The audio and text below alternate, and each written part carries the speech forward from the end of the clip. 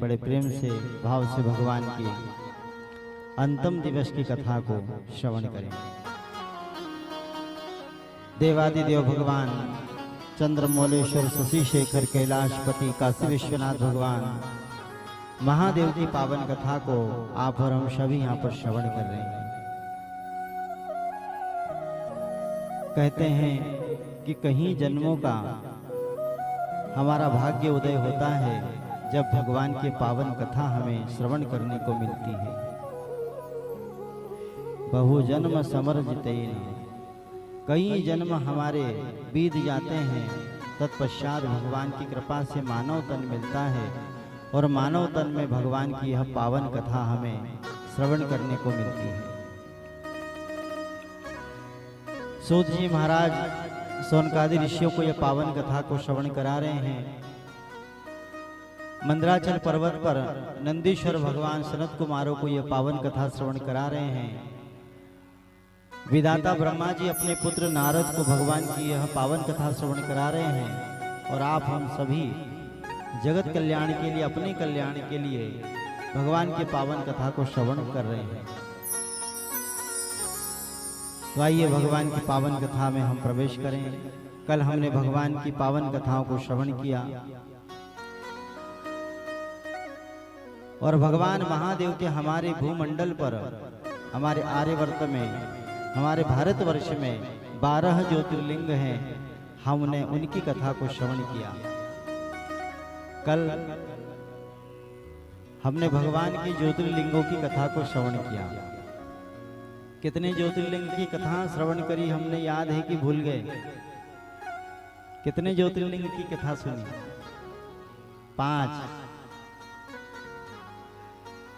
5 ज्योतिर्लिंग की हमने कथा सुनी। शेष जो ज्योतिर्लिंग है वो 7 ज्योतिर्लिंग और है। तो 7 ज्योतिर्लिंग की हम कथा को आज श्रवण करते हैं। तो आइए सभी जने सर्वप्रथम भगवान के 12 ज्योतिर्लिंगों का स्मरण करें, उसके बाद भगवान की पावन कथा को श्रवण करते हैं।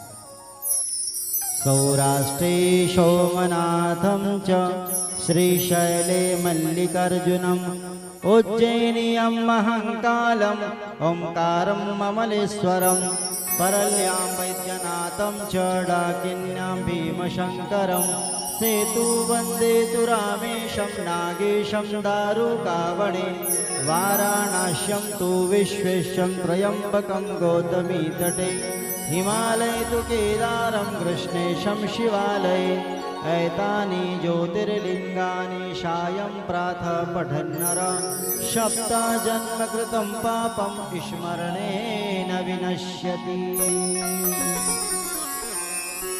भगवान के 12 ज्योतिर्लिंग का स्मरण नित्य प्रति करें।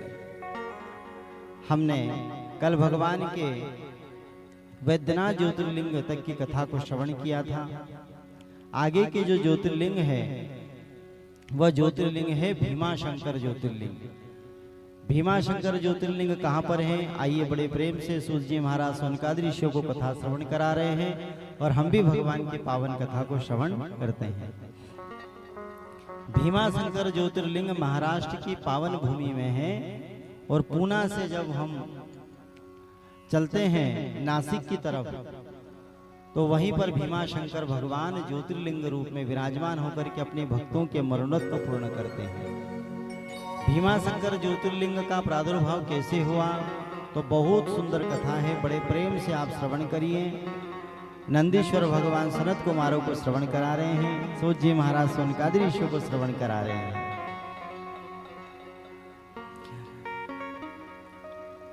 बोले त्रेता युग में भगवान राम ने अवतरण लिया और रावण और कुंभकर्ण का वध किया। जब रावण कुंभकर्ण का वध हुआ तो कुंभकर्ण जो थे इनकी 2 पत्नियां थी। एक का नाम था करकटी और दूसरी का नाम था निद्रा। ब्रह्मा जी से वरदान मांग करके कुंभकर्ण ने निद्रा को मांगा था और करकटी को पाया था। जब भगवान राम ने कुंभकर्ण को मार दिया तो निद्रा देवी ने राम जी को श्राप दिया था कि राम तुम हरि अवतरण हरि हो और हरि राम अवतरण में आए और तुमने मेरे पति को मारा, इसलिए राम मैं तुम्हें श्राप देती हूँ कि जहाँ पर भी तुम्हारी कथा होगी, जहाँ पर तुम्हारा सत्संग होगा, वहाँ पर मैं कभी भी आपके भक्तों को चैन से बैठने नहीं दूंगी। जहाँ पर भी तुम्हारी कथा होगी तो वहाँ पर मैं अपने दोनों भाइयों के साथ में पधारूंगी। तो निद्रा के दो भाई हैं, एक का नाम है आलसी और दूसरे का नाम है बकासी। ये दो निद्रा के भाई हैं। इसलिए जब भी कहीं पर कथा होती है ना, चाहे भागवत कथा हो, राम कथा हो, शिव कथा हो, तो जो बैठे हुए श्रोता होते हैं ना, कभी कभी कई श्रोताओं को नींद आती है, क्योंकि नारायण को श्राप लगा है निद्रा देवी का। इसलिए जब निद्रा आती है तो सबसे पहले आलसी आती है, निद्रा का भाई आता है आलसी। और जब आलसी आती है तो आलसी में व्यक्ति का मुख खुल जाता है, और जैसे मुख खुलता है बकासी आती है, और जैसे मुख खुलता है तो निद्रा देवी उसके मुख में प्रवेश कर जाती है। इसलिए कथा में कभी कभी नींद भी आ जाती है। ये भगवान को निद्रा का श्राप था। कुंभकर्ण की दूसरी पत्नी जिसका नाम है करकटी, करकटी अपने पति के मृत्यु के बाद यह कामरूप देश में चली गई। बोले कामरूप देश में जाकर के यह रहने लगी, अकेली यह रहने लगी। कुछ समय बाद इसके यहाँ पर एक बालक ने जन्म लिया और करकटी ने उस छोटे से बालक का नाम रखा भीम। भीम जब धीरे धीरे धीरे बड़ा होने लगा, एक दिन अपनी माँ से पूछा, माँ कि हम घर में केवल दो ही रहते हैं, एक तुम और एक मैं, तो बताओ ना मैया हमारे पिताजी कहाँ हैं? तो बालक छोटा है, माँ कुछ कहती नहीं, परंतु जब बालक बड़ा हुआ, बालक ने बार बार पूछा अपनी मैया से कि मैया बताओ ना, मैं बार बार तुमसे पूछता हूँ कि मेरे पिताजी कहाँ हैं, मेरे पिताजी कहाँ हैं, अब तो बताओ कि मैं किसका पुत्र हूँ, मेरे पिताजी का नाम क्या था? जब करकटी ने बताया, बेटा तुम्हारे पिताजी का नाम था कुंभकर्ण। ये जो नारायण है ना, इसने राम अवतरण लिया और राम अवतरण लेकर के तुम्हारे पिता का वध कर दिया। भीम को उस वक्त बड़ा क्रोध आया नारायण भगवान के ऊपर, और जब यह युवावस्था में आया तो इसने एक समय ब्रह्मा जी का तप किया। ब्रह्मा जी का तप करके ब्रह्मा जी से वरदान मांगा कि प्रभु आप मुझे इतना बलशाली बनाइए कि मैं अपने पिता के मृत्यु का बदला ले सकूं। ब्रह्मा जी से वरदान पाया और इसने त्रिलोकी पर अपना आधिपत्य स्थापित कर लिया। सारे देवता बड़े परेशान होकर के भगवान विष्णु के पास में गए। विष्णु ने कहा, भैया हम कुछ नहीं कर सकते, महादेव के पास चलिए। तो भगवान महादेव के पास ये गए और भगवान महादेव से प्रार्थना करी, प्रभु ये भीम दैत्य ने सारे जगत में अपना आधिपत्य स्थापित कर लिया, आप चल करके रक्षा करिए। तो जिस देश में, कामरूप देश में यह करकटी रहती थी, उसी जगह पर एक राजा रहता था, एक रानी रहती थी, और ये राजा रानी दोनों पति पत्नी भगवान महादेव के परम भक्त थे। इस भीम दैत्य ने सारी त्रिलोकी पर अपना आधिपत्य स्थापित कर लिया, परंतु जब यह कामरूप देश पर अपना आक्रमण करने के लिए पहुंचा, उस समय राजा को पता चला। तो राजा जिस शिवलिंग का पूजन करते थे, वो शिवलिंग को लेकर के राजा एक गुप्त स्थान पर बैठ गए और वहां पर जाकर के भगवान महादेव की उपासना करने लगे, उनसे प्रार्थना करने लगे। परंतु उस दैत्य ने, भीम ने उनको खोज लिया, दोनों को बंदी बना लिया, दोनों को बंदी बना करके जेल में बंद कर दिया और कहा कि मैं तुम्हें अपने हाथों से मारूंगा और ये सारे राज्य पर अपना राज्य स्थापित करूंगा। राजा रानी ने कहा कि अरे दैत्य, मारना और जन्म देना, ये जन्म मृत्यु तो महादेव के हाथ में है, कौन किसे मारेगा ये तो वक्त बतलाएगा, और मृत्यु से क्या भय, एक न एक दिन तो मृत्यु सबकी आनी है। जेल में बंद ही जी शिवलिंग के अपने साथ में रखे, उसी शिवलिंग का दोनों पति पत्नी ने ध्यान किया और भगवान महादेव से प्रार्थना करी, शिवाय शिवाय प्रभु आकरे याचना करें, चरणों में हम पति पत्नी प्रार्थना करें, आकर हमें भव से पार करे। पुकारे मन से आपको, आकर प्रभु भीम से रक्षा करें, चरण पड़े हम आपकी प्रभु, करुणा करे करुणा करे। दोनों पति पत्नी भगवान से प्रार्थना करते, प्रभु इस संसार में आपके सिवा हमारा कोई आसरा नहीं है, हमने केवल आग से अपनी डोर को बांधा है नाथ, और हमने सुना है कि जब जब आपको किसी भक्त ने पुकारा है तो आप दौड़े चले आए। भीम ने देखा कि दोनों पति पत्नी काले काले शिवलिंग के पास पता नहीं किसको पुकार रहे हैं, किसको याद कर रहे हैं, आकर के शिवलिंग की और भगवान महादेव की निंदा करने लगा। अरे तुम किसे याद कर रहे हो, उस भूतनाथ को, उस अवगढ़ को? क्या तुम्हारे प्राण बचाने के लिए आएगा? बार बार ताने मारने लगा। कल भी हमने कहा था, भगवान कहते हैं कि अगर कोई मुझे परेशान करे तो मैं परेशानी सह सकता हूँ, परंतु जो मेरे भक्त को परेशान करे मैं कभी सहन नहीं कर सकता। उस भीम ने अपनी तलवार उठा ली, दोनों पति पत्नी को मारने लगा। उसी वक्त शिवलिंग से हमारे महादेव प्रकट हो जाते हैं। हर हर महादेव हर। भगवान महादेव ने अपनी त्रिशूल उठा करके जैसे ही भीम दैत्य को मारा तो पल भर में ही उसके प्राणांत हो गए, मृत्यु हो गई उसकी। राजा रानी ने भगवान के चरणों में प्रणाम किया। भगवान ने राजा रानी से कहा, राजन रानी, मैं तुम्हारी तपस्या से बहुत प्रसन्न हूँ, बताइए तुम्हारे क्या इच्छा है, क्या मांगना चाहते हो मुझसे? बोले प्रभु आपका दर्शन किया, आप हमारे लिए यहाँ पर आए, आपने अपने भक्तों की रक्षा करी है प्रभु। जिस प्रकार आपने हमारी रक्षा करी उसी प्रकार अपनी भक्तों की रक्षा करने के लिए आप सदैव के लिए इसी भूमंडल पर विराजमान हो जाइए। भगवान महादेव ने कहा, राजन तुम्हारी भक्ति से प्रसन्न होकर के मैंने भीम दैत्य को मारा है, इसलिए आज से मेरा एक ज्योतिर्लिंग होगा जिसका नाम होगा भीमाशंकर ज्योतिर्लिंग। इस प्रकार हमारे भगवान भीमाशंकर ज्योतिर्लिंग के रूप में विराजमान हो। बोलो हर हर महादेव हर। इसलिए कहते हैं कि प्रेम से भगवान को अगर पुकारे तो भगवान अपने भक्त के लिए दौड़े चले आते हैं।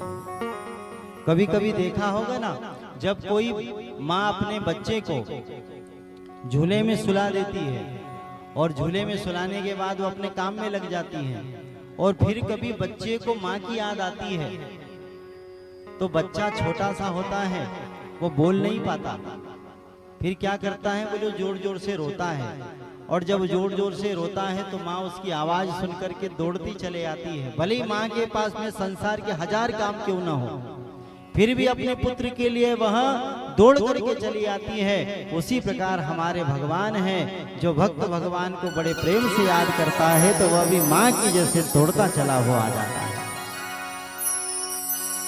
इसे सच्चे मन से भगवान को याद करे तो भगवान अपने भक्त के लिए भी दौड़ते चले आते हैं।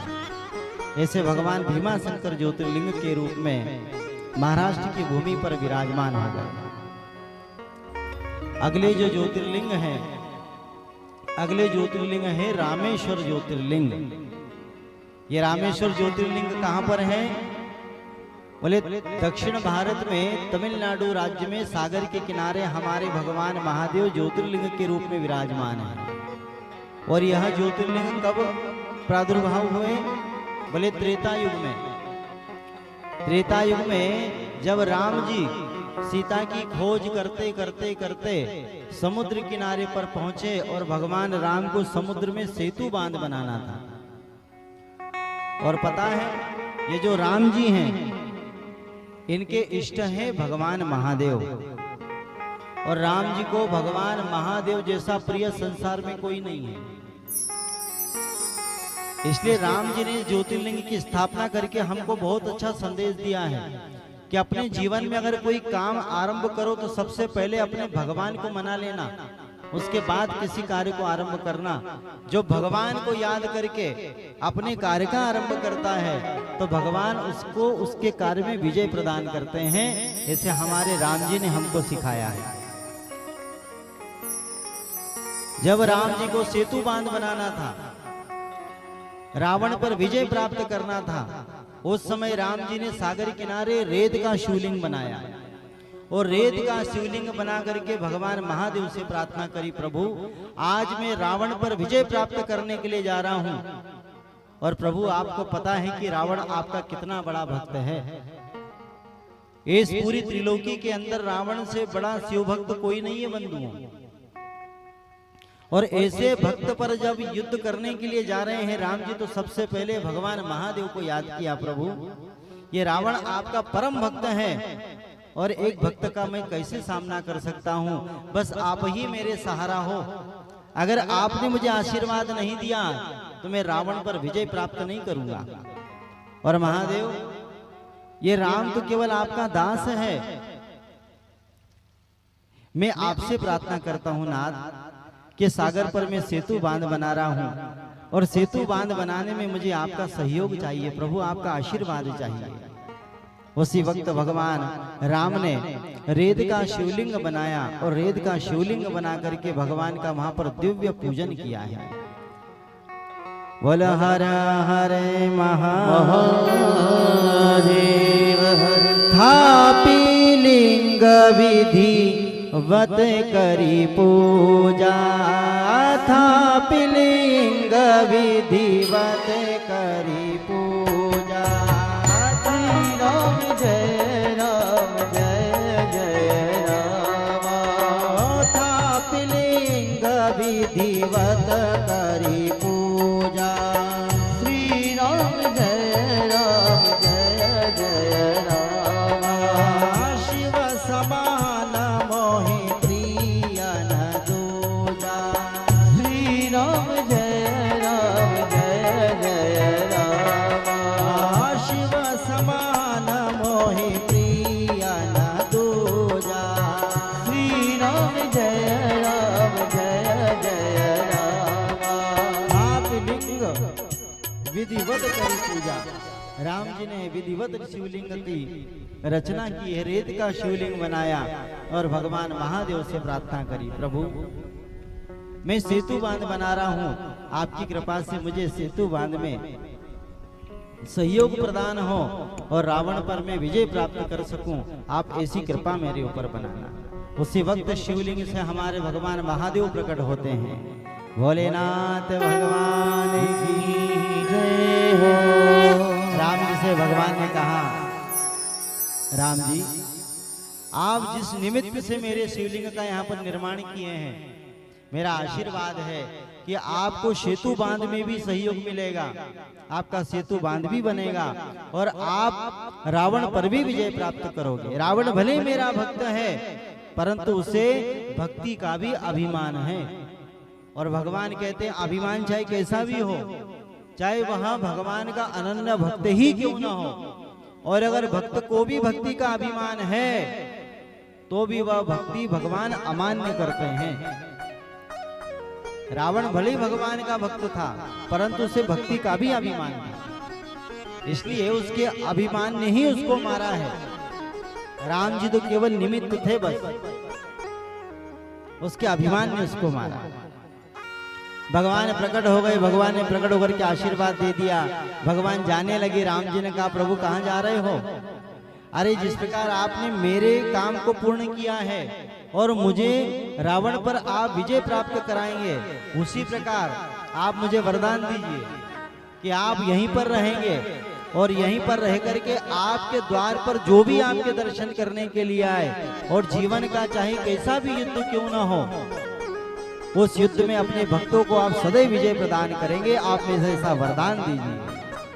भगवान महादेव ने कहा राम मैं तुम्हारे लिए यहाँ पर आया हूँ, इसलिए मेरे इस ज्योतिर्लिंग का नाम होगा रामेश्वर। जो राम के हैं ईश्वर वही होते हैं रामेश्वर। इसलिए भगवान रामेश्वर ज्योतिर्लिंग के रूप में वहां पर विराजमान है।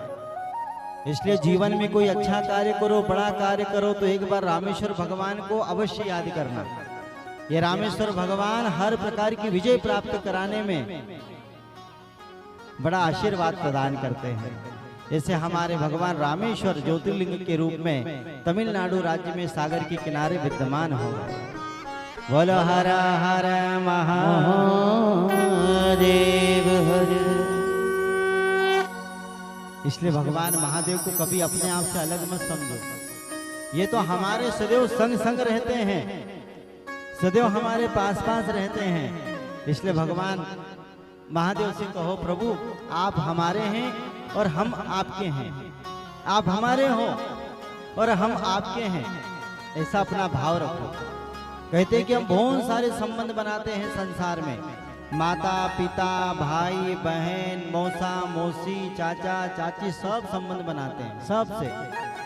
तो संसार वालों से तो संबंध बना लिए, तो भगवान से भी संबंध बनाना चाहिए। और भगवान से जब तक संबंध नहीं बनेगा, जब तक भगवान कैसे हमारा सहयोग करेगा? क्योंकि सहयोग तो वही करता है जिससे हमारा संबंध हो। इसलिए भगवान महादेव से कहो, प्रभु आप हमारे हैं और हम आपके हैं। और बड़े प्रेम से भगवान से कहो, शंकर भोलानाथ है हमारा तुम्हारा, हमारा तुम्हारा। शंकर भोलानाथ है हमारा तुम्हारा, तुम्हारा हमारा। सुन लो भोले बाबा अब तो, सुन लो भोले बाबा अब तो, देना साथ हमारा। शंकर भोलानाथ है हमारा तुम्हारा, तुम्हारा हमारा। आइए सभी जन बड़े प्रेम से ताली उसकी सेवा करेंगे।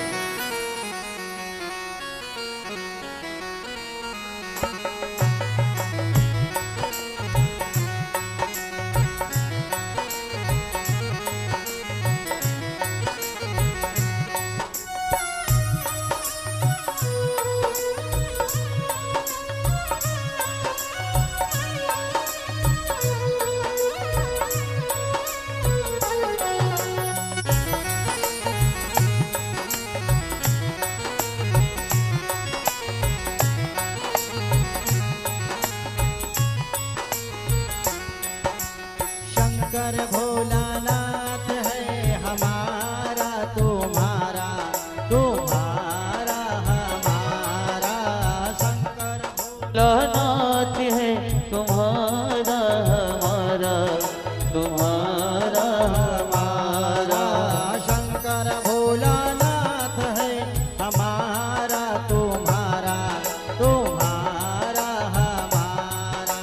शंकर भोलानाथ है हमारा तुम्हारा, तुम्हारा हमारा।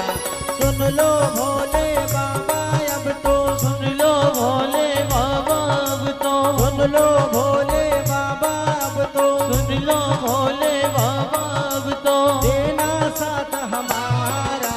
शंकर भोलानाथ है हमारा तुम्हारा, तुम्हारा हमारा।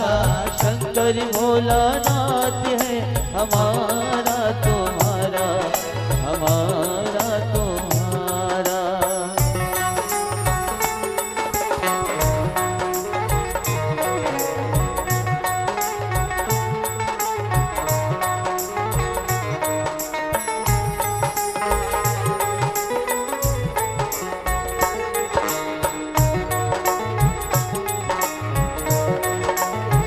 हर हर महादेव।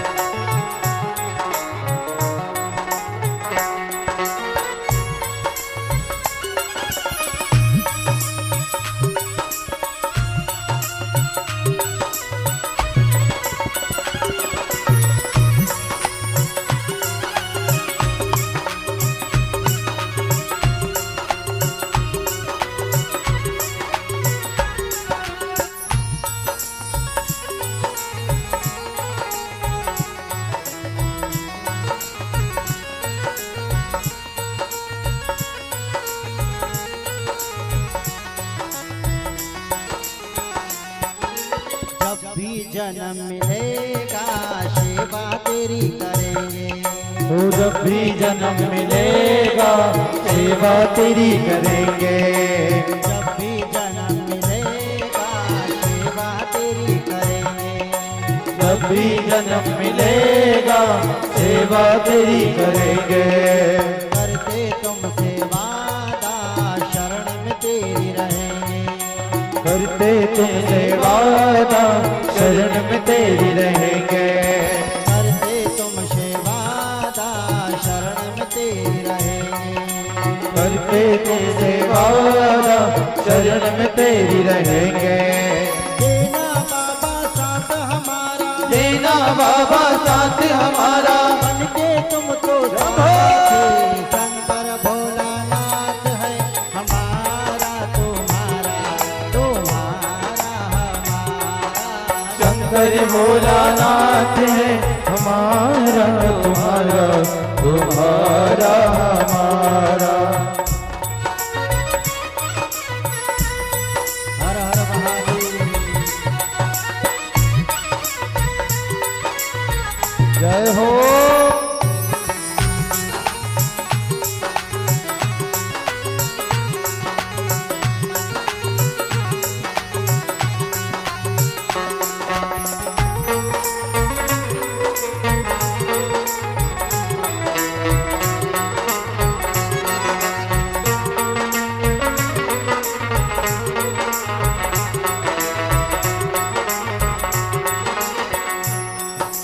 जब भी ध्यान लगाए दर्शन मिले तुम्हारा। और भी ध्यान लगाए दर्शन मिले तुम्हारा। जब भी ध्यान लगाए दर्शन मिले तुम्हारा। जब भी ध्यान लगाए दर्शन मिले तुम्हारा। तेरे सिवा इस दुनिया में कोई नहीं हमारा। तेरे सिवा इस दुनिया में कोई नहीं हमारा। तेरे सिवा इस दुनिया में कोई नहीं हमारा। तेरे सिवा इस दुनिया में कोई नहीं हमारा। सुन लो भोले बाबा अब तो, सुन लो भोले बाबा अब तो, सुन लो भोले बाबा अब तो, सुन लो भोले बाबा अब तो। चारों नाम हमारे शंकर भोलानाथ है हमारा तुम्हारा, तुम्हारा हमारा। शंकर भोलानाथ है हमारा तुम्हारा, तुम्हारा हमारा। शंकर भोलानाथ है हमारा तुम्हारा, तुम्हारा हमारा। शंकर भोलानाथ है हमारा तुम्हारा, तुम्हारा हमारा। सुन लो भोले बाबा अब तो, सुन लो भोले बाबा अब तो, सुन लो भोले बाबा अब तो, सुन लो भोले बाबा अब तो। देना साथ हमारा। जय हो। शंकर भोलानाथ है हमारा तुम्हारा, तुम्हारा हमारा। ओ शंकर भोलानाथ है हमारा तुम्हारा, तुम्हारा हमारा। शंकर भोलानाथ है हमारा तुम्हारा, तुम्हारा हमारा। शंकर भोलानाथ है हमारा तुम्हारा,